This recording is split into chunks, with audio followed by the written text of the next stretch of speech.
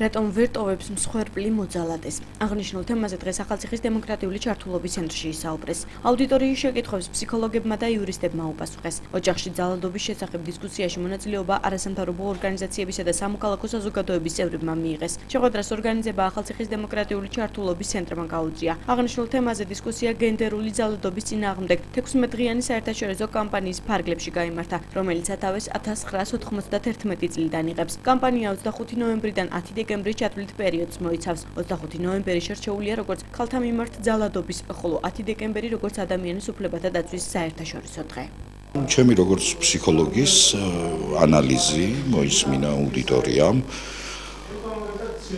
ოჯახური ძალადობის შესახებ, რა განზომიერებები ხორციელდება, რა როლები ნაწილდება სოციალური და ასე შემდეგ. დეტალები იყო, სუფთა ფსიქოლოგიური დეტალები, სპეციფიკური და იქ შევიდნენ, გაეცნენ ამ ინფორმაციას და დაინტერესდნენ.